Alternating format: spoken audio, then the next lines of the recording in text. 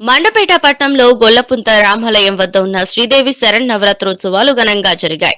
ఈ 9 రోజులు అమ్మవారు వేరువేరు అలంకారాల్లో భక్తులకు దర్శనమిచ్చి యజ్ఞ యాగాలతో మేళతాళాల నడుమ వేద పండితుల ఆధ్వర్యంలో కుంకుమార్చనలతో కలశ పూజలతో ఘనంగా జరిగిన ఈ దేవి శరన్నవరాత్రుల్లో భాగంగా ఈరోజు అమ్మవారిని అరటి కాండంతో ప్రత్యేకంగా తయారు చేసి పల్లకిలో వాడవాడ వీధి వీధి ప్రజల మధ్యలో తిప్పి ఊరేగించారు.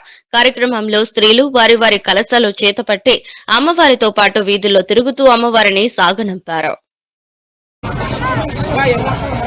ఊరేగింపు జరుగుతున్నది. అలాగే 108 కలశాలతో భక్తులందరూ మహిళలు అందరూ వచ్చి శ్రద్ధగా ఈ పూజ అఖండ విజయంతో చేస్తున్నారు.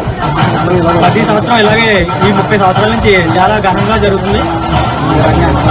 అదే విధంగా అన్నదానం కూడా జరుగుతుంది. ఈ అంతా భక్తుల సహకారంతో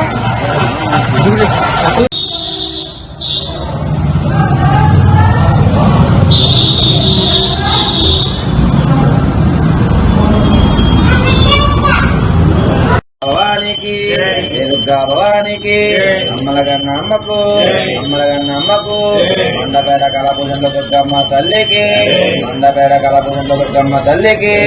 దుర్గా భవానికి